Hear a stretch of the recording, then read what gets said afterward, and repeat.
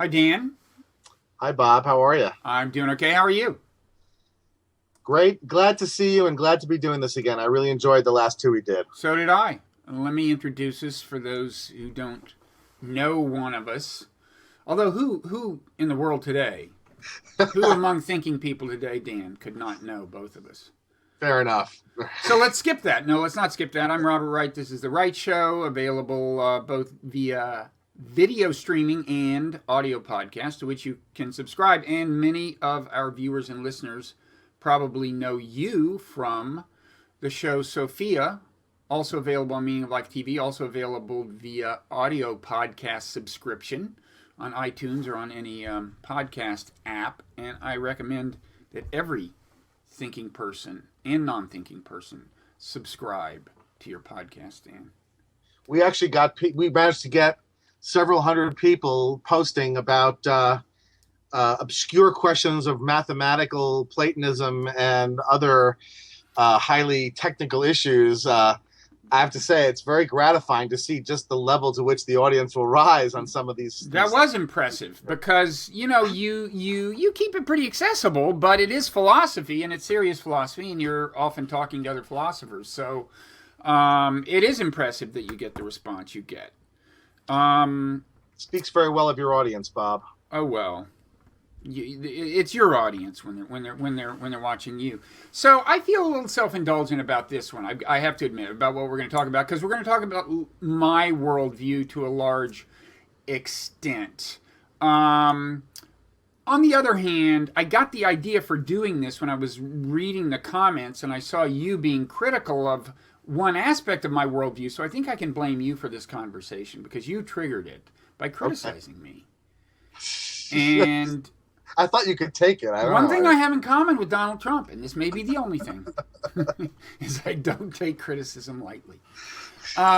So anyway, I thought it'd be a good idea anyway, a good chance to talk about my worldview, which, needless to say, I welcome, but I should elaborate for people who aren't familiar with the context of this. So I gave this series of 5 public lectures at Union Theological Seminary in New York. And my mission was to lay out a worldview that qualifies for the term spiritual, but is grounded in science, totally compatible with science, makes no claims of special revelation or anything like that. And 3 of them have been posted online now on Meaning of Life TV, and those were the occasions for the comment. And there was a lot of comment. Have they all gone up already, Bob? No, there are 2 more to go. Yeah. Okay. And there were good criticisms and just questions in the comment section from you and other people. And so I thought I would try to address as many of the questions and criticisms as I could. And I thought a conversation with you would be a good way to do that, since some of the best criticisms and questions came from you. So I don't know. There's several things we can talk about, and we'll try to talk about. One is the subject of consciousness. This is the thing of yours that got my attention. The discussion of consciousness, you say, meaning my discussion of consciousness, was pretty confused and conflated a number of different issues. Well, you got my attention with that. And so I want to talk about consciousness. Also, this business of what I call moral imagination, putting yourself in the shoes of other people. You kind of bridled at my insistence that we try to put ourselves in the shoes of Saddam Hussein, or that we should have done that circa 2003. And that's an important part of my worldview, the idea of moral imagination. Yes. But maybe what we should start out with is something you also discussed, which is just what we mean by the term spiritual.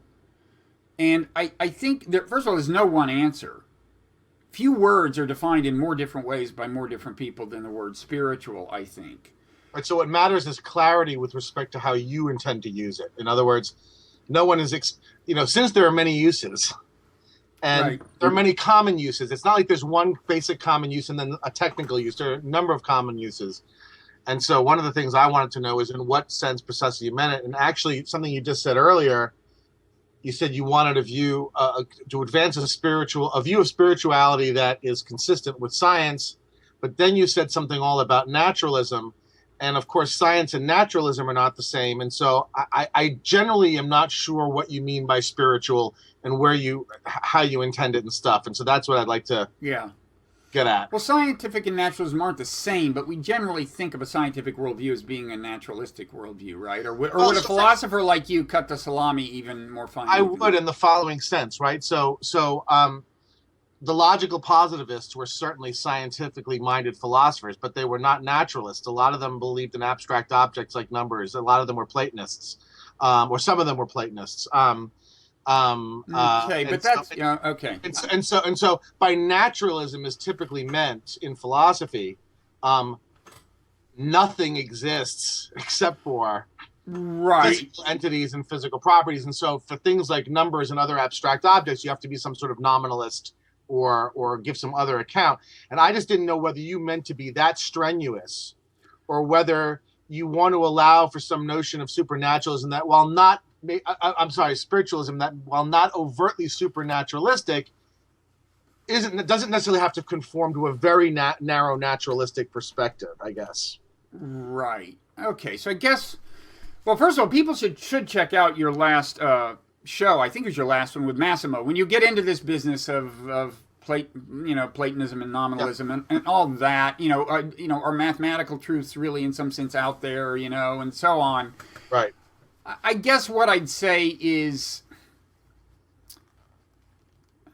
I'm thinking of naturalistic as a fundamentally materialistic worldview, but at the same time, I'm also thinking the main alternative to that would be to posit immaterial things in a slightly spookier sense than the assertion that mathematical truths are real, if you know what I mean. Right, yes.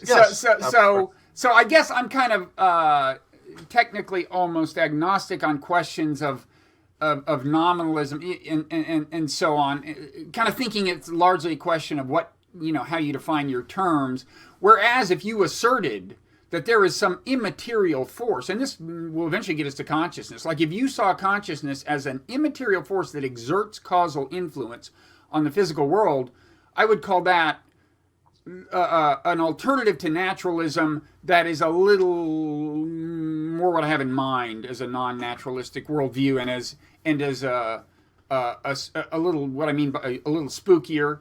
Not that I'd say it's impossible that it's a case. I don't mean that, but I think that would be a pretty well. Anyway, I'd probably said. So I totally understand what you're trying to say, and you don't mean to be using these terms in ways that might necessarily pass muster with academic philosophers. The only last thing I'll say, just along these lines, before we go on, is that I could see a person giving a kind of account of spirituality that, while not invoking overt supernaturalism, does invoke some sort of a Platonic notion of transcendent truths that we can access, right? Right, and then that's what I wondered whether you were doing, right? Well, I think that's an important point. I think I am more or less, in at least some sense, a moral realist.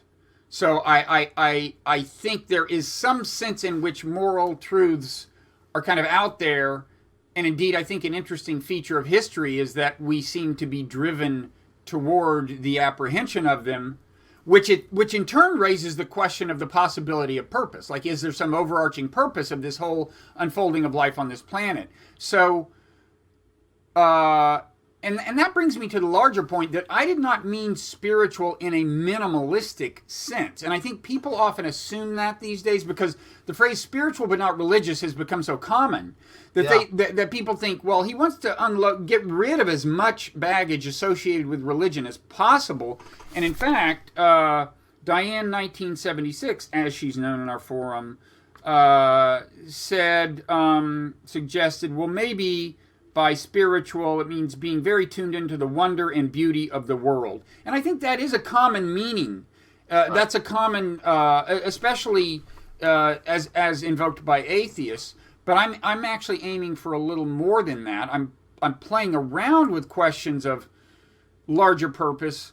I almost shouldn't even get into that because it is so misconstrued, because people don't understand, for example, that you could have both a materialistic and a teleological worldview. But let's put that off. And we did a discussion on that, right. actually. We got into that. And that comes up more in the lectures of mine that have not been put online yet, but will be put online. But my point is that I'm actually, in a way, what I'm doing is I'm asking how full-fledged, in how full-bodied a sense could you have a spiritual worldview and be compatible with science as we know it today. So I'm trying to, in theory, include as much as possible.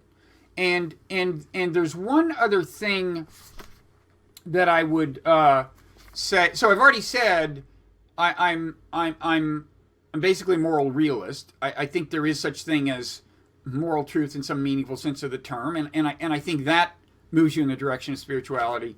I think there are hints, there is evidence of a larger purpose unfolding, although we have no way of knowing exactly where that purpose would come from, whether it would involve a deity or some totally other kind of origin.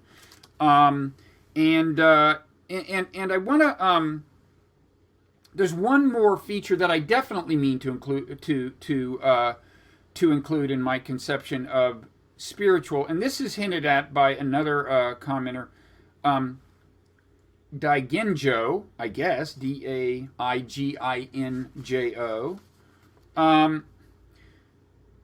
By spiritual discipline, he I don't know why I think it's a he, sexist assumption,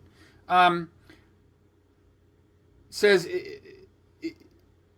he says, I would minimally point to some means of at least momentarily stepping outside the thinking process in order to allow some spaciousness back in. Being able to step outside the process and observe it at work has periodically been a big catalyst for me. So it's almost like a metacognition, like stepping outside and seeing your cognition at work. And this is related to what I would call my own spiritual discipline. This thing that, he or she alludes to, Daiginjo, if that's the correct pronunciation. And another way I would put it is this. I meditate. Okay, so that's kind of my spiritual discipline. But the way I would connect that to spirituality in a broader and more traditional sense is, I would say, if you look at great spiritual traditions, even in the sense of, old-fashioned religious traditions, a common theme is that our ordinary state of awareness is like missing something, okay? There's something we're not clued into. The Hebrew Bible is full of prophets saying, you just don't see, you just don't get it. You clearly don't have access to moral truth because, to begin with, you're not acknowledging that this is the only God, or however they finish the sentence. But they're starting it by saying there's something you don't see, and if you saw it, you would be able to bring your comportment in closer alignment with moral truth. And I think that's a very common theme in Islam and Christianity, and in a very clear sense in Buddhism. And in Buddhism, it's like literally you're just not seeing clearly, and this is not so much about a god, although actual Buddhism in Asia has deities and so on. But if we look at the more kind of philosophical part of Buddhism that's been focused on in the West, the assertion is you just literally aren't seeing reality clearly. Your metaphysics is not sophisticated enough, right? And if you saw things more clearly, including if you saw the workings of your own mind more clearly, you would be a better person and you would be in closer alignment with moral truth. So this is a really important part of what I'm calling my spiritual worldview, is this claim that our ordinary consciousness is diluted, as the Buddhists say, and as in some sense other spiritual traditions have said. And there are ways to get a clearer view of reality, and doing that will probably make you a better person and bring you in closer alignment with the moral truths that, as I said, I think are in some sense real. But it strikes me that there's something a bit dangerous in that sort of way of sort of trying to make this sort of case. I've heard William Lane Craig in a lot of debates, okay?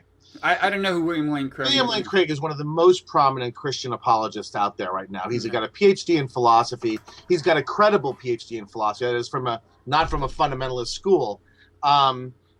But almost all the work he does is in fundamentalist apologetics.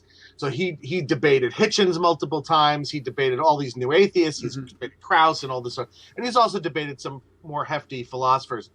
And one of the things that he always says, one of his arguments for God, and specifically for the Christian God, is that if your heart is really open to him, right, then he will speak to you and you will see it, right? Mm-hmm. So what that means is if I say, well, wait a minute, I don't see it, then he's just going to say, well, that's because your heart isn't sufficiently open. In other words, it borders on a kind of an irrefutable hypothesis, which to me is always immediately makes me reach for my mental wallet. I mean, it's just sort of like, I don't want to say that it's cheating, but it seems to me like a very unsatisfying way of establishing something, saying, oh, well, if you were just sufficiently attuned, you'd see it too. Yeah. Well, why should I believe that? Why couldn't I? What's your response to me saying, no, actually, you're the one that's delusional, right? Right. You've accepted all this metaphysics, and so now you're seeing stuff that isn't there, right? Well, that's a good question because, in principle, it's funny that the new atheists will come up in this discussion almost certainly because the overarching title of these lectures was the new agnosticism, and that was meant in partly in contrast with the new atheists. But when I read Sam Harris's book on Waking Up or whatever, I thought to myself, it's funny. I agree with Sam largely because he's a meditator. A more serious one than I have been, I think. And I'm a meditator, and I think we both buy into a certain amount of Eastern philosophy. But I thought, if I just wasn't a meditator and read this book, it would not convince me. Because he's basically saying, okay, you meditate, and then here's what you will see. You will see that the self doesn't exist, and so on, and then you will have seen the truth. Well, first of all, as you said, what if I don't see it? And secondly, what if meditation just gets me into some delusional state and everybody who meditates sees it, but who knows? So I would say that what I've tried to do in my own expositions of Buddhist meditation, and there's one version online in a Coursera course that I did called Buddhism and Modern Psychology, and the book version of that will come out in about a year. Is that the MOOC that you did? Yeah, that's the MOOC I did. Yeah. It's based on a seminar I taught at Princeton a couple years ago. Yeah. But I'm laying it out, I hope, more clearly in the book that'll come out in about a year. What I've tried to do is argue that if you look at these assertions from Buddhist philosophy, they actually have a fair amount of support from science, in particular psychology, in particular evolutionary psychology.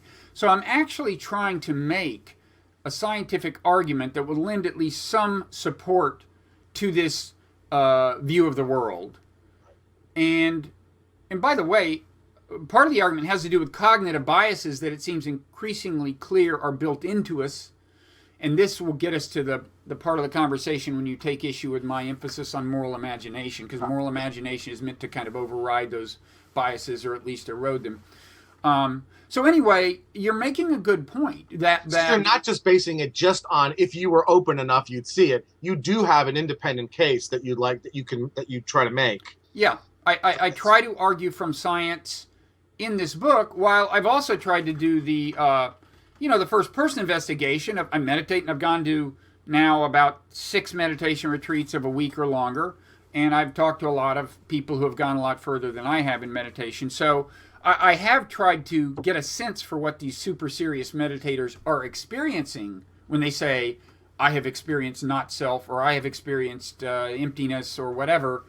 But I've tried to, because these ideas to me mesh with what science suggests, I'm making that argument from science, from psychology in particular. By spirituality, then, you do intend to mean more than what Diane meant by it. Absolutely. But you don't mean to evoke any sort of supernaturalism in any substantial sense. Absolutely not. It's more you think that there is a level of awareness that people can have such that when they have it, a number of other things happen, including the moral progress that they come closer to they come closer to apprehending and ideally abiding by moral truth. Okay. And that part is not original. I'm basically focusing on a particular tradition of Buddhist meditation, and I didn't invent it.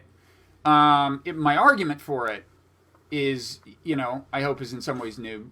The argument from psychology.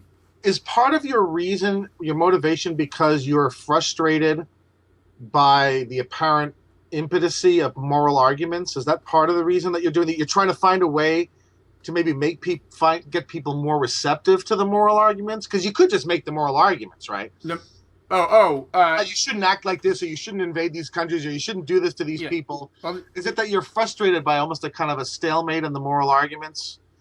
Yeah, and I'm frustrated by the practical manifestation of the moral confusion, which I would characterize as tribalism run amok everywhere we look, whether it's sectarian conflict or this kind of really bitter ideological conflict in the United States, or nationalism, or any number of other isms. I think in all of these cases, you've got basically the same warpings of cognition going on. They were built into us by natural selection, so they're stubborn.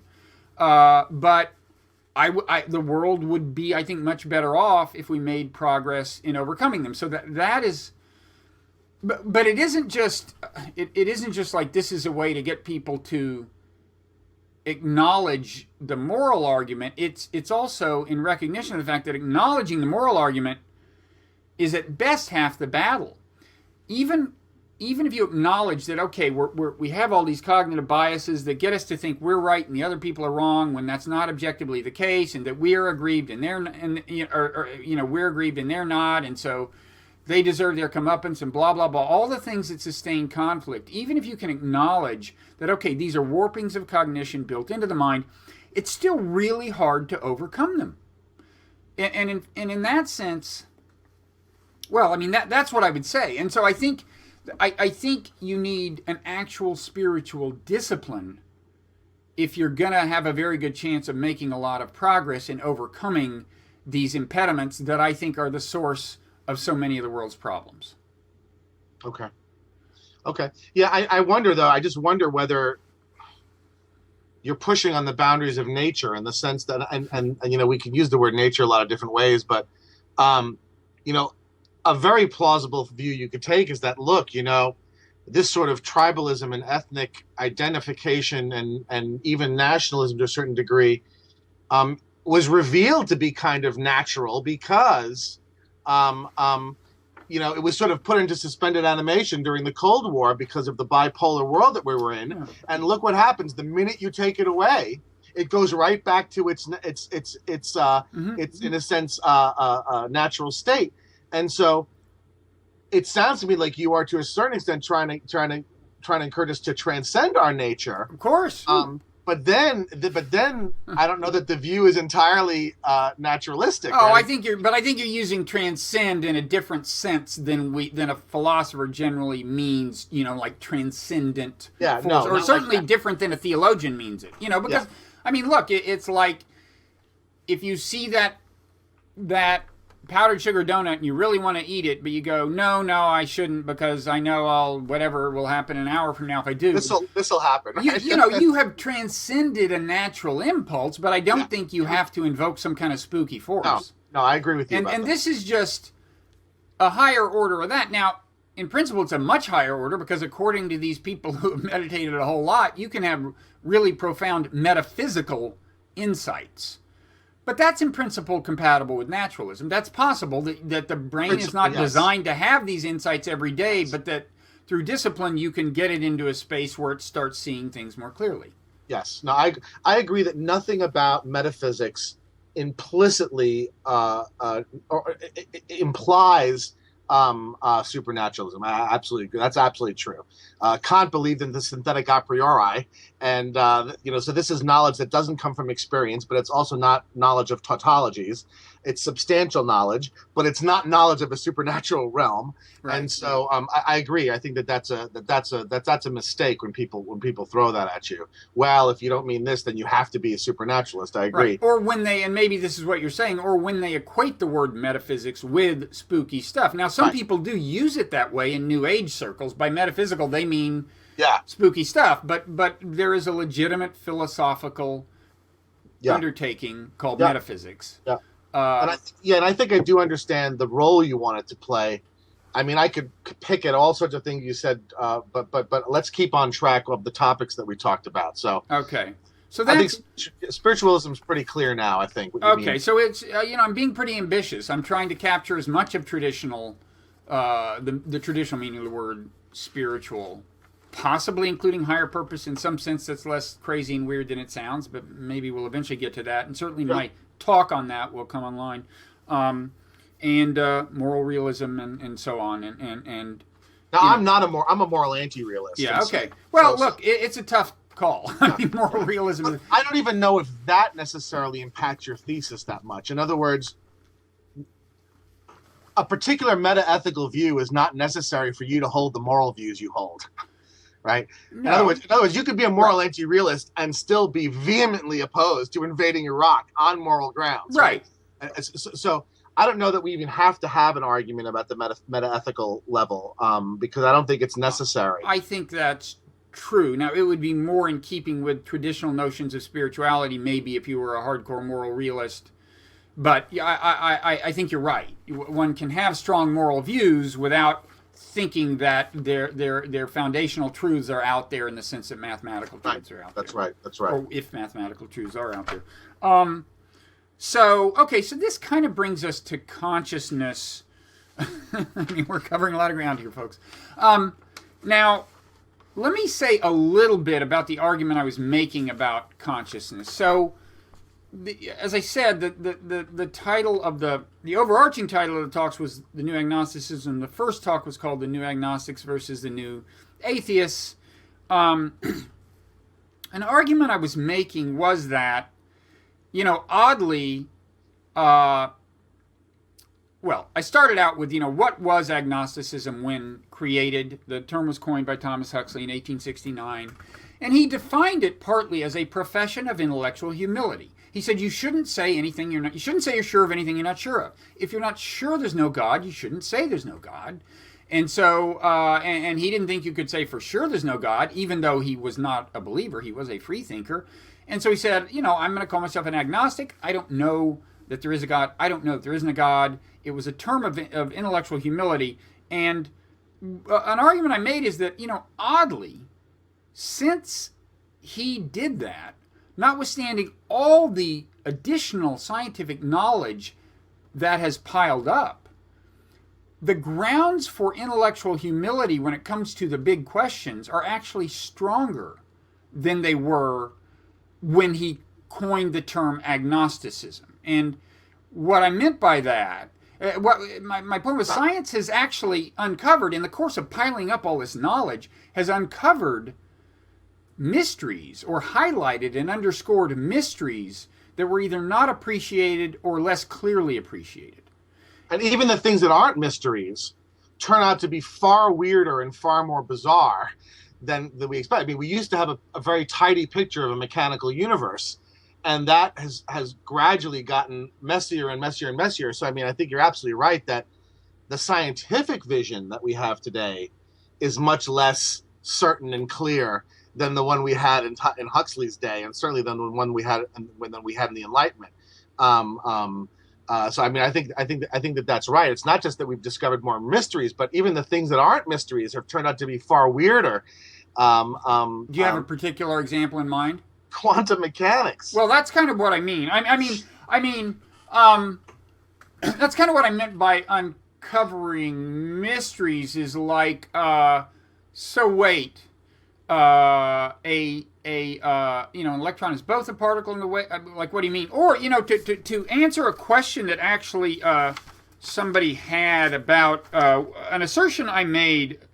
So Felix Cox in the comments section asked, like, what do I mean when I said modern physics asserts that things happen in this universe that have no cause in the physical universe?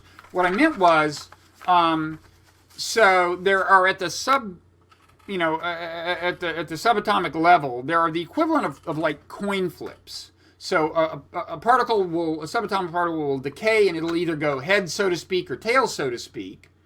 And according to the mainstream interpretation of quantum physics, whether it's going to go heads or tails has no cause in the physical universe. And that's different from a real coin, of course, because although we call that random because we can't predict the outcome, but we don't really think it's random. We think that if we understood enough about the air currents, we would be able to predict, and the weight of the coin and whatever, we would be able to predict whether it's heads or tails. Well, the interpretation at the subatomic level is not that. It's not just that we can't predict it. It's that if we knew everything in the physical universe, we still would not be able to predict it. Now, that's pretty mysterious. Right? Yeah. And look, I mean, the idea of a comprehensible world is predicated on a number of basic assumptions, and one of those is something like the principle of sufficient reason. Right? And quantum mechanics, at least from what I've heard physicists who I trust tell me, raises doubts about whether the principle of sufficient reason is true. Right? Now, I mean, what do you mean by the principle of sufficient reason? Oh, that every event has a cause. Right. Right. Well, yeah, it does more than raise doubts. I mean, it says it's not the case. Right. So I mean, it's what you're calling mysterious is I'm calling weird, but I agree with you that I agree with you in general with regard to humility. I guess the only thing that I would want to say with regard to the formulation you gave a bit with Huxley, and it does relate to your talk, and that is that. I don't think that the proper stance to take in the absence of evidence is always an agnostic stance. In other words, there's plenty of cases where the absence of evidence is a reason not to believe something, right? The reason I don't believe there are any leprechauns in my backyard is because there's no evidence of them, right? It would be weird for me to say I'm agnostic about leprechauns, right? And so the problem, of course, is that you can't make a rule out of this because the absence of evidence is not always a reason for saying something doesn't exist. Not always evidence of absence, right? Right, and I don't know that one could ever come up with a rule that would tell you when absence of evidence is evidence of absence and when it isn't. I would just sort of caution a little bit that it's certainly not the case that one should be agnostic wherever there is an absence of evidence. There's plenty of cases where the absence of evidence is damn good reason to say something doesn't exist. Sure. Right? Even if what we mean by I'm sure something doesn't exist is actually technically we mean we're 99.99999% sure, because technically, right, who knows? I mean, I agree that there's some, threshold beyond which, even though you're leaving open a loophole, that you're wrong, the probability of your being wrong are so small that you might as well just assert that you're sure. So and my problem with the new atheists really is not their failure to be agnostics, right? Right. My problem it's not mine either, by the way. And okay. And this was something that some commenters brought up, and I wanted to clarify that. There were people who were like, "What's my problem?" Like Eli says, it seems a good deal of Bob's issue with atheism rests on the definition, which implies a denial of God. No, and then Ocean steps in and correctly says, no, Bob just seems annoyed by the fact that new atheists tend to ridicule religion, which is one thing. It's not the only thing that bothers me about them. But go ahead and tell me what you were going to say. No, that's one of the things I don't like about them either. I don't like their dismissiveness. They tend to be completely ignorant of religion. They also tend to treat religion as if it is only the fundamentalist variety. In other words, right? They take the same view of religion that fundamentalists do. They simply don't believe in it, right? Right. But so I just find them to be crude, both behaviorally and intellectually. Right. Right. And this. this like lets me put a finer point on your point about how absence of evidence isn't evidence of absence. Is that what we mean? Sometimes it is, and sometimes it is, and sometimes it isn't. Right. The common refrain is that it isn't, and you're saying, well, sometimes it's close enough to that. And I would acknowledge that when you're talking about specific theological claims, highly specific claims of the kind that you see articulated within the great religious traditions, there are grounds for being pretty sure they're not true. And I would say the grounds include the fact that we now know enough about the history of the origin of those ideas that they seem to follow the general template of myths that arise in societies, and we've seen it happen all over. And it doesn't seem to make sense to me to dismiss all of those myths except for the one that you happen to have been born into. Right. So I get that.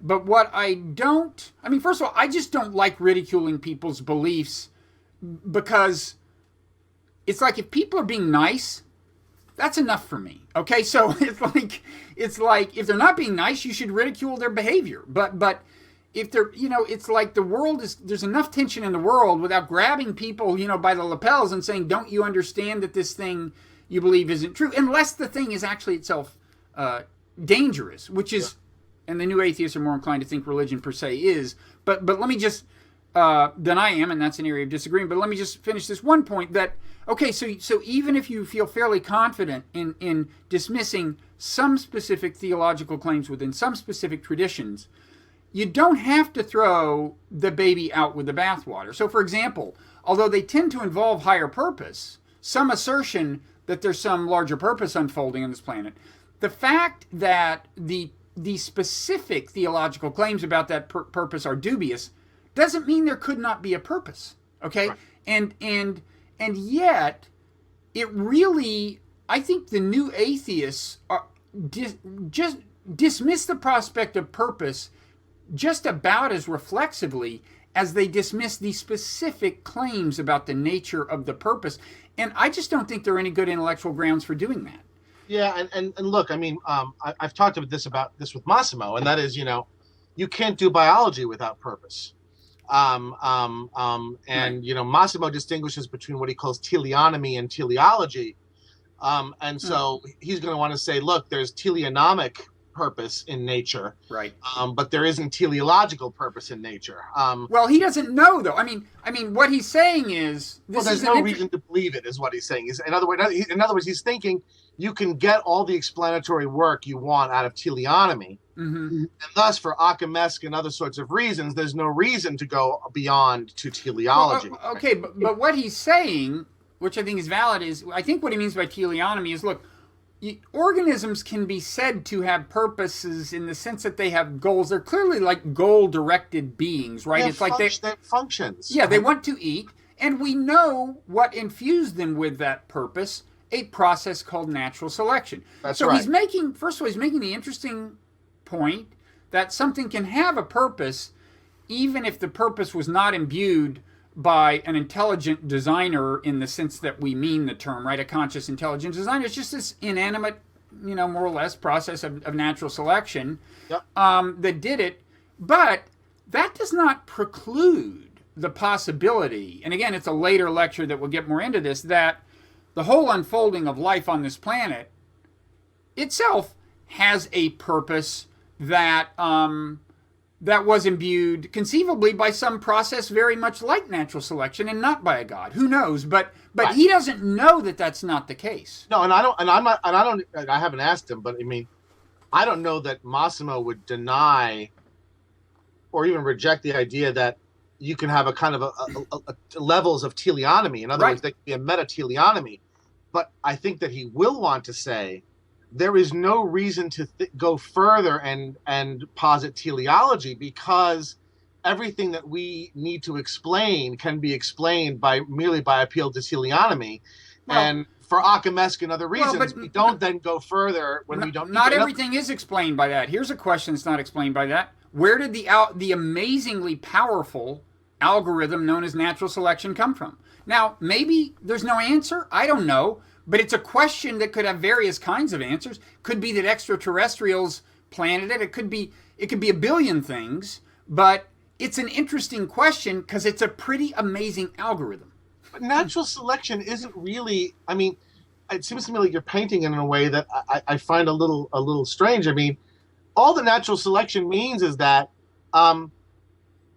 when an organism encounters a certain environment, certain traits will be advantageous and certain ones won't, right? I mean, that's really all it involves. Yeah. And then all you need beyond that is random mutation to give things traits. And so I don't know that what's so amazing about that process. There are environments and there are things with traits, right? And thus, as a matter of logic, some traits are going to work in those environments and some traits aren't going to work in those environments. But I don't see what about that suggests anything particularly mysterious or... It's not mysterious. It's just incredibly powerful. I mean, let me put it this way. Like, if you see... Do you know what cellular automata are? Yeah. So, like, they're like... Well, and anybody doesn't Google them. I mean, if you see a cellular automaton and you go, whoa, that's so beautiful. The colors, the way it unfolds, the pattern, it's amazing. And then somebody says, and look at how simple the algorithm is. It's like 2 lines of code or something. It's like incredibly simple. You're like even more amazed because this very simple process gave rise to something so rich and beautiful. So that's what we call a very powerful algorithm. And in general, powerful algorithms don't fall out of trees. And if we and the more we see like a simple algorithm in the realm of cellular automata or computers generally that unfolds into something majestic, the more we're inclined to think, whoa, that's like, I want to meet the person who thought that one up. So I'm just saying, I'm not saying natural selection is mysterious. That's the point. It's simple and we understand it. But we didn't have to be in a universe in which it's even possible. Life didn't have to get started. I mean, there's a lot of things we don't know about why natural selection is here. And so, I just would be hesitant. I would just be hesitant on the basis of our perceptions of beauty and significance and sublimity and all these other things. I would be very hesitant to move from that to any claims about the specialness of the world itself. In other words, that things are perceived by us to be beautiful and sublime has everything to do with us and very little to do with the thing that's being perceived, right? Well, sure, but remember how this But remember how this exchange started. You said Massimo was saying like well, okay, teleonomy, like we need that intellectually. It's a response to we come to think about it in response to a legitimate intellectual question. It does explanatory work, blah, blah, blah. But you said, I don't think that's true of teleology. So we're already in the realm of like questions people ask. And the only thing we're asking is, so we're constrained, we're just asking, is teleology an interesting, valid question with a potentially rich answer in the sense that teleonomy is? So our frame of reference is already in the realm of human intellectual constructions, and we're just having an argument about what kind of intellectual, kind of validity a certain question has. Yeah, and I would think that the way a scientist goes about it is different. Something can be, I don't know how I forgot how you just put it, a valid, interesting, substantial point of inquiry from a common point of view that wouldn't be in a scientific context where everything is tighter, the rules are stricter, the aims are smaller, the language is regimented. In other words, what I was saying about teleonomy and teleology, I was talking about within the context of biology. Mm-hmm. I was not trying to suggest that somehow inquiry in general into the question of teleology is illegitimate. Simply that at this point, biologists have no need to invoke it, is the point. No, biologists don't. Yeah. Only philosophically minded people. Teleonomy, they do. You can't make sense of a liver or a heart. Right. Biologists don't. But philosophically minded people interested in a certain set of questions do, I'm saying. I agree. And I'm saying they can benefit from paying close attention to the logic of teleonomy and the intellectual underpinnings of our conception of teleonomy and asking themselves what parallels there. I get it again. I get into that more in a later lecture, but I do think this kind of helps set up the consciousness discussion in a way, and it looks like maybe that's the last thing we'll have time for before we either, maybe we'll break this up into two conversations or something. But so back to consciousness, an argument I made. Okay, so as I said, in some ways things are more mysterious now than they were when Huxley wrote. Quantum physics, relativity, a lot of weird stuff about the universe that we now appreciate. And I said, oddly, I think, and this is where you took issue somewhere along the way, and here you took issue with me, but I said, in a way, consciousness is the same. Oddly, consciousness, I think, seems more mysterious in a certain sense now than it might have in the late 19th century. And here's what I meant. Now, first of all, I'm defining consciousness, and I don't know if I was clear enough about this, as just sentience, the having of subjective experience. I'm not talking about being smart enough to have self-consciousness the way humans have it. I'm not talking about it involving language necessarily. I'm saying any organism or anything else that can have subjective experience of pain and pleasure or anything else is, in my sense of the term, conscious. So to put it in Thomas Nagel terms, if I ask you, is it like something to be you, and you say yes, you're saying that you're conscious in my sense of the term, okay? So that's what I'm talking about. Just the fact of subjective experience. Okay? You're with me? You're okay with that? Because I think maybe judging by your comment, I'm okay with it in the sense that you certainly can use the word. There's nothing illegitimate about using the word that way. I would say, however, that while there are distinctive problems that just arise from the matter of consciousness in this minimal sense, that is the fact that there's such a thing as subjective experience, the really big problems arise more with the more elaborate, higher level notion of consciousness that people typically mean. Well, right? I disagree. I think a huge question arises with the very existence of subjective experience. Yeah. And see, that's what I'm saying science has shown us in the following sense, okay? It is like a commonsensical, if you asked somebody, well, why is like the experiences of pleasure and pain, why are they here? You would say, a reasonable common sense answer is, that's so that you will do things like withdraw your hand from a fire rather than be burned. You feel the pain and it makes you withdraw your hand from the fire, okay? That's a commonsensical answer. And, similarly, pleasure, it draws you to nourishment or to sex so that you reproduce and you stay, nourished and so on. So that's a common sense way of thinking about it. And that I think was pretty close to a universal way of thinking about it, maybe among certainly Darwinianly minded scientists as of the end of the 19th century. But there was this possibility that, well, maybe subjective experience doesn't really do anything. It's just there, accompanying the physical processes that get us to... You mean epiphenomenal, you mean? Epiphenomenal is the technical term. So if it's epiphenomenal, then what you would say is, well, no, actually, when you put your hand too close to the fire, the causal action, what causes you to retract your hands, is just that you've got a physical information processor, you've got physical sensors on your fingertips. They send physical information up, and that triggers a retraction mechanism. So it's just like a robot. We can build robots that are heat sensitive and do this. And so there is the possibility that that's where the causal action is, and the feeling of pain is just an epiphenomenon. In other words, it is caused by the physical process, but it in turn has no causal effect on the physical process. It's like the relationship consciousness is to the physical thing as like the shadow of my hand is to my hand, right? Of course, though, that doesn't really explain anything with respect to what it actually is. And I never found the epiphenomenal sort of move very satisfying, because it strikes me as very obviously not addressing the central question. The main question, it seems to me, is how can matter have subjective properties? Well, right? There's two questions. That's the really interesting question. I think there's a how question and there's a why question. Okay? People thought, I think, at the end of the 19th century that the why question was almost self-evident. The reason we have subjective experience is because it gets us to do these things.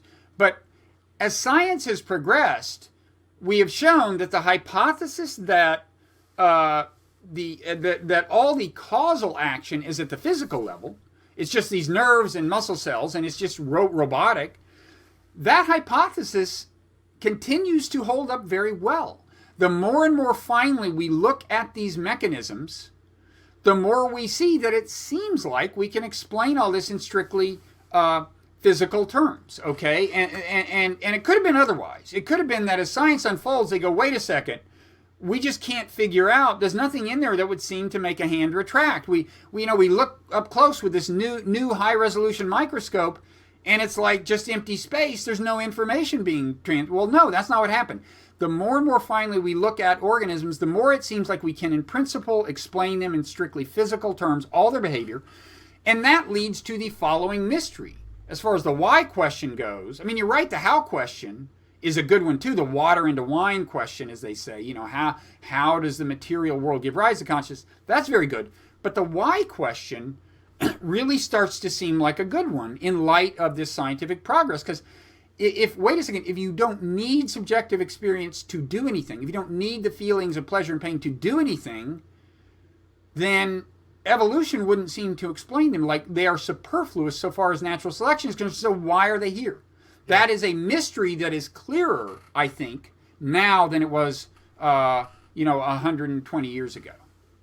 You see, in this sense, I may not be the best person to talk to you about this dimension of it, just simply because I am very, very dubious about a lot of these sort of ev-psych treatments, right? I mean, I really do believe that that if you were to split up the levels of description at which we talk about ourselves, that from the psychological up through the social scientific, we really have what I think is a fundamentally different kind of account that I don't think is very usefully informed by the lower level accounts. In other words, I'm a pretty staunch anti-reductionist.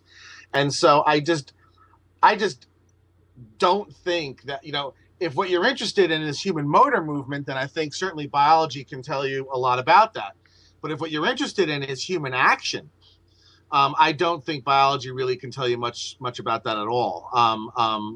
And so I just don't ask these why questions, because I just don't, if I'm talking at the sort of the psychological and higher up levels of description, those are the levels I stay at, right? The one question you can avoid, though, unless you're some sort of Cartesian dualist, the one question you really can't avoid, though, is the how question, right?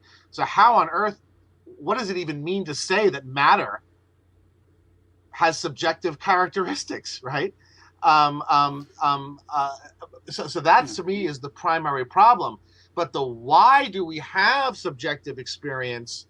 If the why is meant to point to some ev-psych answer, that's just not something I ever do. It's because not so much. I wouldn't say it's so much. It's not so much ev-psych in the sense that, except in the most generic sense, that the previous explanation, the intuitive explanation from lots of people who don't consider themselves evolutionary psychologists in particular, has been that, look, subjective experience has these functional roles that presumably are explained by evolution. That's the extent of the ev-psych input. The scientific work I'm talking about is just by physical, like lab scientists, looking at the way muscles work, the brain works, right. Sensory. And I'm just saying that although you're anti-reductionist, so far the reductionist paradigm has held up in the sense that they keep looking deeper and deeper, and they keep finding the mechanism working at a finer and finer level. Yeah, but it hasn't held up in the sense that none of that discovery has better explained anything at the psychosocial level of description, and that's the level at which everybody's really interested. I mean, I'm not interested. In most contexts, I'm not interested in why people's arms go up. I'm interested in why people engage in acts of aggression, right? Or I'm interested in why people behave dysfunctionally, or I'm interested in behavior. Let's put it another way. physical science and evolutionary science will tell us why arms go up, but they won't tell you why people ask questions.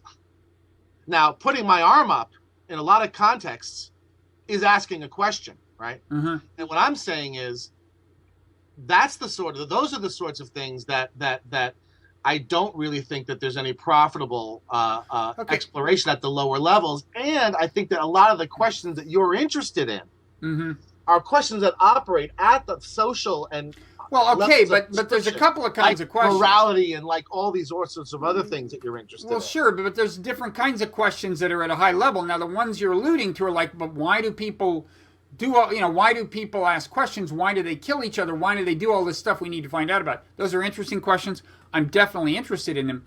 But there's another pretty high level question, which is like, it starts with like recognizing, I think, that, if we didn't have subjective experience, life would just not be meaningful in the sense that life is meaningful. Right? Oh, that's for sure. Yes. Okay, so like we're talking about the thing that gives life meaning, and one high level philosophical question is like, why does life have meaning? I mean, it seems to be legitimate to be interested in the question of where the thing that gives life meaning came from, and to the extent that science seems to render the question more and more mysterious, that seems to me to be grounds for intellectual humility in really very much the realm in which religions operate, right? It's like, these are the kinds of questions religions have answered. What gave life meaning? And it turns out we don't have a clue, Yeah. In fact, it's not just that we don't know. It's not just like, well, I don't know, maybe we'll figure out. It's like, wow, the thing that gives life meaning, we had thought there was a kind of intuitive explanation for that we could lay out in terms of natural selection or something, but that doesn't really wash in light of the fact that, and I know you're most interested in like really complicated human behaviors, but if you're going to ask like, why did sentience enter the biological world, it actually makes perfect sense to pay attention to things like reflexes, because that's where, if we assume that like my dog has sentience, monkeys have sentience, seals and otters have sentience, that's the kind of behavioral context in which sentience would have entered existence, right? It would be at a pretty simple level of behavior. And so it makes attention. I think it's a good thought experiment to say, wait, why does my dog feel pain if all the work needed to keep him out of trouble is being done at a sheerly physical level and could be done presumably without sentience? But look, I mean, I agree. I'm with you 100% that there is an essential, intimate, overwhelmingly important relationship between the having of subjective experience and the fact that human beings experience their lives as meaningful and their actions as meaningful, right? Which is why we ascribe moral properties to them, right? And all sorts of other things, right? What I also think is that understanding that relationship is going to come entirely from investigation at that level of description. In other words, and I think that the Ev explanations border on committing the genetic fallacy, okay? In that they mistakenly think that if you explain where something came from, you've thereby explained what it is in some substantive sense. And I just don't think that that's true. I'll give you an analogy, right, from the philosophy of language and the philosophy of mind. One of the central questions is, how can any material thing represent something, right? So how can a bunch of chemicals or how can a bunch of ink marks represent a state of affairs or a fact, right? That's a crucial question in the philosophy of mind, the philosophy of language. Mm-hmm. There's all sorts of Ev answers that people try to give. And they're all entirely beside the point because they misunderstand what kind of question the question is. And they misunderstand where you should look for the answer. And the answers they give are all answers that are roughly genetic fallacy answers. I mean, yes, you've told me where it came from, but you still haven't told me how it is that something can represent something else, right? Okay. And I feel a little bit similarly about consciousness, right? Sure, you can tell me where things come from, but you still haven't said one word that explains to me Yeah, although in this case, remember, my point is not now we know where things came from. My point is if you really think clearly about this in an evolutionary context, you realize we don't know where they came from. We don't know where they came from. Right? Fair enough, yeah. And, I mean, you know, to maybe explore that representation idea a little further, suppose you set up the equivalent of representation in a computer, which happens. You create a machine that reads English, processes natural language. You know, if you succeed in doing that, and there are successful little versions of this, you can explain everything the computer is doing in just physical terms. It's like, okay, well, here's my algorithm. It tells the computer that if you see this, you should interpret it as this letter, and blah, blah, blah, blah, blah. And at no point do you have to posit that it's like anything to be the computer. That's my point. But you haven't there. But you, by the way, notice you have not given an account of representation. I know, and that's my point. That's my point. Is that, like, so far as we can tell, representation didn't have to be part of an evolved ecosystem, and yet it is. I mean, what we mean by representation is being a subjective phenomenon. So, like, all the super sophisticated stuff we do, I think we could probably build machines that do them. And whether or not those machines would be conscious, we don't need to invoke consciousness to explain why those machines would do the things. So, I'm agreeing with you that the where... See, I'm not somebody who's saying, now we know where it came from. It's the opposite. I see what you're saying. I mean, what you're saying is really very interesting. I mean, I hadn't thought of it from this direction before. I mean, in a sense, you're saying... It's precisely because the Chinese room can't explain representations, right?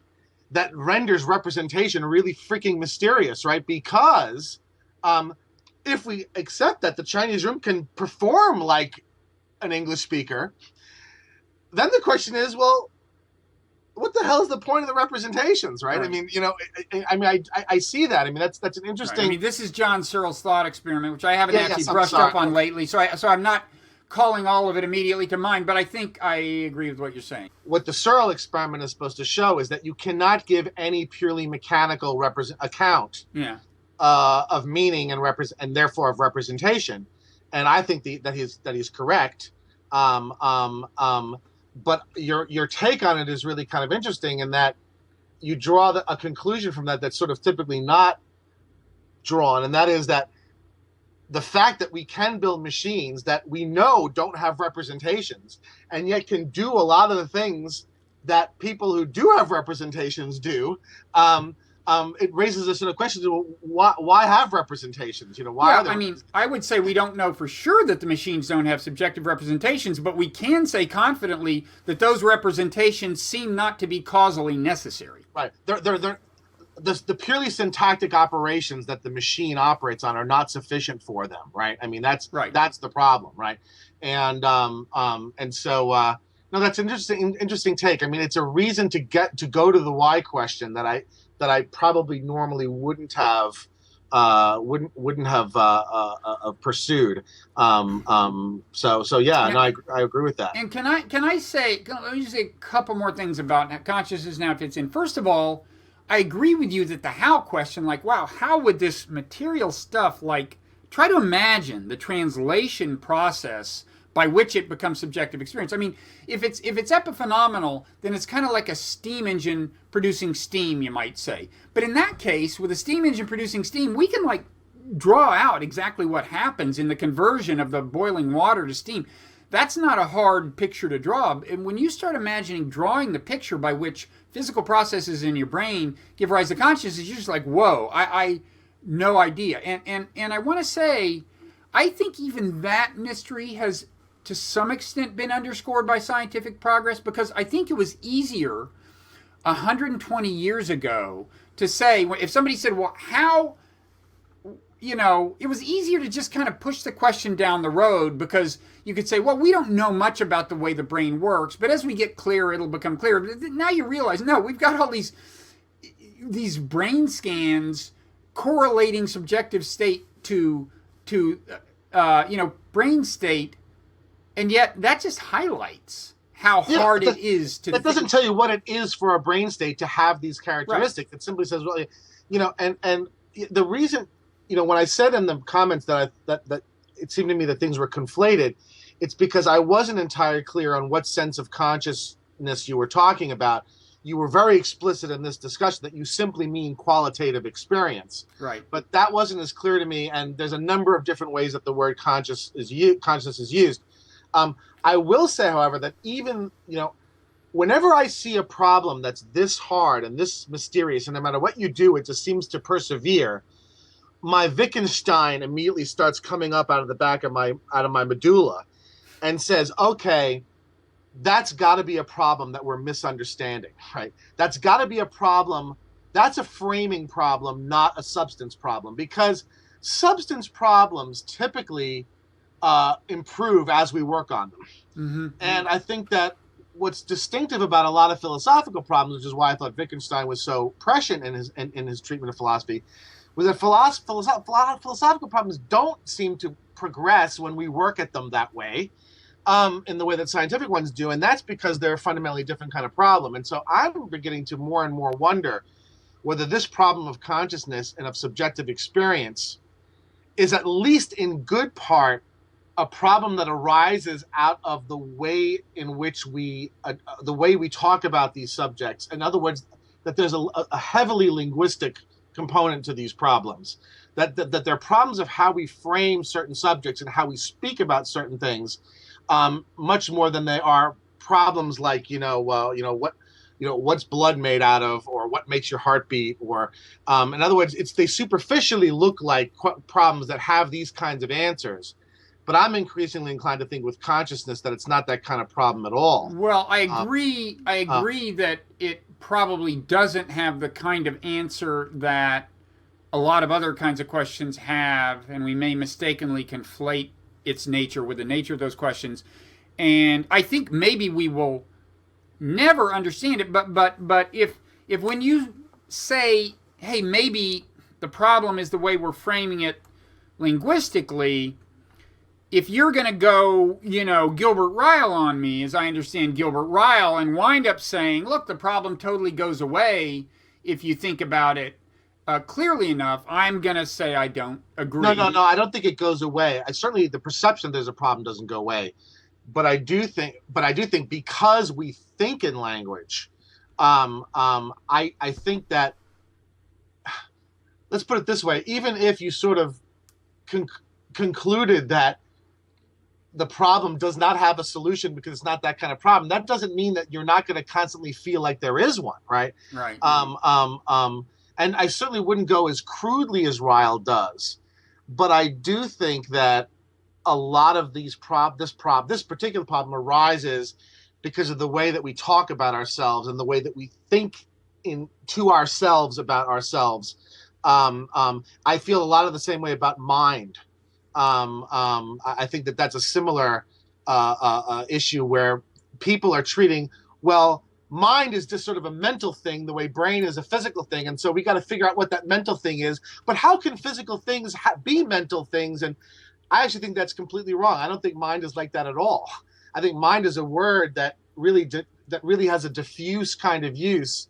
And in most sentences that you invoke the word mind, you can actually eliminate the word entirely and say something else. If I say I've lost my mind, it means I've gone crazy. If I say I'm absent-minded, it means I forget a lot. In other words, I think a lot of times we tend to hypostatize where we see nouns. Yeah. So I'm inclined to think that because I'm very suspicious of a problem that no matter how much of work people do on it, we don't seem to be getting any better with it. Yeah, but I think it's possible that this problem is unique. You can see look, the problem of consciousness... It's possible, sure. But it's clear that it's the case in the following sense. I mean, and by the way, there was some discussion in the comment sections like, is this a scientific problem? No, I don't think it's really certainly not just a scientific problem, and one reason is For something to be a scientific problem, any phenomenon that is a scientific problem has to be publicly observable. It has to be an electron that both you and I can look at and compare notes on. I agree. It is the essence of subjective experience that it's private. It's not publicly observable. The only data you can get from me is what I say, my reports about my subjective experience. That's not the same as having immediate access to them. That's not. I am the only one that witnesses my subjective experience. So it's possible that since subjective experience is the only phenomenon that I think this is true of, it's just a uniquely weird, difficult thing. Yeah. And I just that's a kind of Cartesianism I just cannot accept. And so the picture of you as in a private room with your thoughts that are only available to you is something that I simply reject. And yeah, but surely you wouldn't say that I have. I don't. I'll run the private language argument on that. I mean, that to me falls right into the hole. Because Wittgenstein shows you can't even give an account of subjective color reports, right? I mean, without falling into the private language argument. I think that's my point. I mean, you can't give one period. I can never know what red looks like to you. Right, but that's not because my red is some private experience in a room that only I'm in. Well, I don't care what you want to say about why it is. The fact that it is distinguishes it from every phenomenon amenable to scientific analysis in the traditional sense. I would say the following. The fact that you call an experience red already invokes public language criteria. So all that you can say that doesn't involve public language is I'm having a this-ish experience, okay? And I would argue that that's devoid of content. Yeah, but the only data is the language itself. The only data, in the sense of publicly observable data about my experience, well, there's two things. There's what my brain is doing, if you consider that data. There's what I say about it. But the experience itself is just not public. And now, and I think if you want to pursue your line of thought too far, you wind up in Ryle territory saying, well, we have to talk as if it doesn't exist. I'm sorry, it does. Well, but all the question is, and what I'm glad actually we're doing this because we're actually having a real argument. It's not just, I mean, the question is, what is the it, right? You want to say my experience of red is subjective, and what I'm saying is the fact that you're calling it a red experience already makes it public and not subjective. And you say, no, but there's something that is subjective. And I'm saying, yeah, what's subjective is that you're having a this-ish experience. No, what I'm saying is that's devoid of content. No, the way I would put it is, the experience you have when you look at the apple that I see as red, that's what I'm referring to. But I don't know what that experience is like for you. You're invoking a kind of what's called spectrum, the possibility of a kind of a spectrum inversion. That when I look at a red apple and you look at a red apple, we could be having entirely different subjective experiences. And I just don't see any reason to think that, other than the presumption that experiences are private in this way that I don't think they are. Well, okay, you cannot think it, but we just have no way of finding out. In fact, I would say it's not even clear what it would mean for us to have the same. What would that mean? There's certainly no scientific test of the claim that your experience of red is the same as my experience of red. That's my point. Whatever you mean by that, yeah. Whatever you mean by my experience of red is the same as yours, which you seem to believe, yeah, it means that we cannot test that scientifically. Well, you can in the sense that we're using the word red with the same criteria.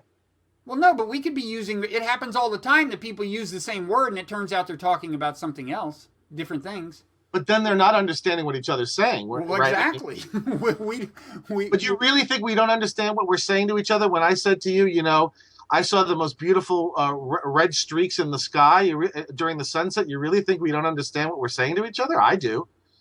I know what that means to me, and I would guess that being you and seeing it is kind of like being me and seeing it. My only point is that we cannot confirm that hypothesis scientifically because the experience is not publicly observable. If you make a claim about the structure of an electron, we can do tests, and both of us can see exactly the same data. That's publicly observable. Yeah. I think our behavior is the relevant publicly observable. Well, okay, data. but now you're just heading into Ryle territory, I think. In that sense, yes. Yeah, well, I'm telling you, man, you don't want to go there. Let me just. Okay, so we've been going for an hour, and it's sort of. Do you want to talk about? Do you want to talk? I told you I could go to 5:30. Did you want to talk about Saddam at all? Well, I think probably the better part of valor would be not to. I mean, there's one more thing I want to say about consciousness. Sure. Just to be clear, I am not necessarily an epiphenomenalist. I don't know what the deal is on it sounds to me like your jury's out still. My jury's out, and the point I'm making is just that one way or another, something weird is going on here in the following sense. Either consciousness is epiphenomenal, which just means that we have that kind of, it's hard to explain in an evolutionary context. And not only is it like something a phenomenon that's hard to explain, it's the thing that gives life meaning.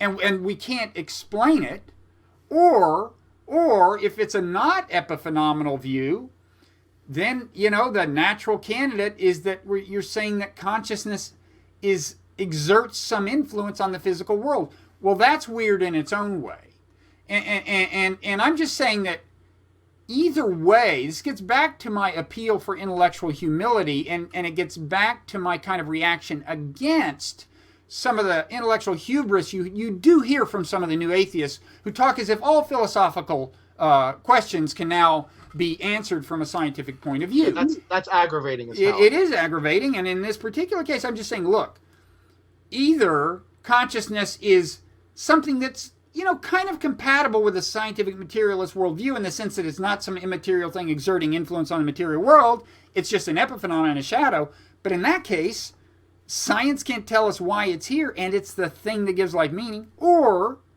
consciousness is exerting some influence on the material world, and that's in a way a deeper challenge to scientific materialism. So I'm just saying, like, we really don't understand some really important questions, and let's don't act as if we do. Well, I agree with that. That I certainly agree with, and I certainly agree that the new atheists are incredibly dismissive of what are genuine, serious questions and problems, and that they also express a kind of very crude scientism that just simply presumes that all questions are scientific questions in the sense of physical sciences.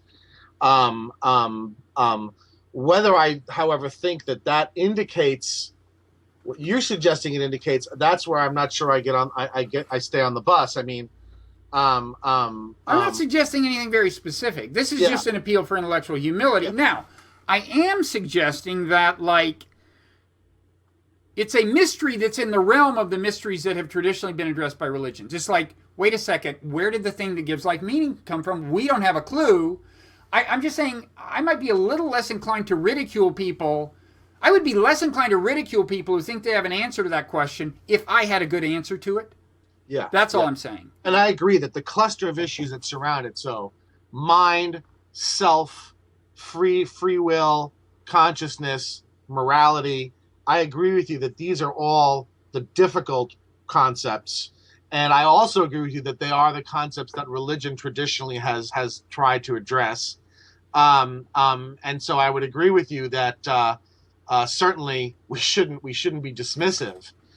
Even if we don't think that religion is going to provide the answers, we should at least appreciate the fact that religion takes the question seriously in a way that people like Harris don't seem to. Well, right? I would say, I mean, we shouldn't dismiss him with too broad a brush. On the one hand, I would say Sam Harris is a scientist when he talks about moral philosophy, like his book, The Moral Landscape. I mean, that was either scientific and hubristic or just kind of muddled, I think. He dismissed all of moral philosophy in like the first right, no, it's just not hackery. It's right. hackery. But on consciousness, he's not crudely dismissive the way I would say Dan Dennett is, and crudely isn't the right term. I haven't read on consciousness, so I don't know. Well, his book Waking Up, he kind of acknowledges, like he starts to distance himself from Dennett, and I think he gets that there's something weird going on with consciousness. So I don't want to generalize too much about the new atheist. Now, Dennett, I think, is simplistically dismissive of the consciousness problem,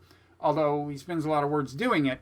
And he does it in a kind of Gilbert Ryle way. Ryle was his mentor, yep, that's right. But I wouldn't say. I think the dismissiveness is wrong. I mean, I think that basically when I talk about the new atheists, I'm talking about all of them. And each of them is hubristic and dismissive about something. That's right. That I think is valuable and important. And that's kind of right. Pretty much everyone we think of as one of the main new atheists is, I think, unduly dismissive of one major intellectual problem, at least. And the attitude towards religious people, I think, is unacceptable. That's and I just think counterproductive too. But that's a separate argument. Yeah, I agree with that. Yeah. So look, thank you for indulging me. This has been fun. We have some other things. Maybe we can just set up another talk about the whole. Let's just do another one on the stuff we didn't do. So the stuff on moral imagination, which I would like to talk to you a lot about. And then there was something else I thought that you wanted to take up also. So we could go on all day. Just schedule another one with me, and we'll do it again. So let's make this the first of more than one. Because you're going to put up the rest of these dialogues, and so more questions will not the dialogues. You're going to put more of these lectures you've done, so more questions will probably arise. Yeah. That you might want to address and work through and stuff. Absolutely. Like that. It's very useful because I'm not always clear. And it's very different when you're giving a speech and you write this thing, and it's very different than when somebody sort of pushes you and you have to sort of reformulate things in different ways, and I think you can get a clarity about your own view. Absolutely. But, plus, this series of talks, it's like, when you teach a course for the first time compared to when you teach it for the third time. Yeah. This is like the rough draft. And so talking to you or reading the comments is like the process of feedback that makes the next iteration better. Yeah, yeah. Okay. Well, Bob, very enjoyable. Thank you. All right. Well, thank you, Dan. We'll see you soon. Hope so.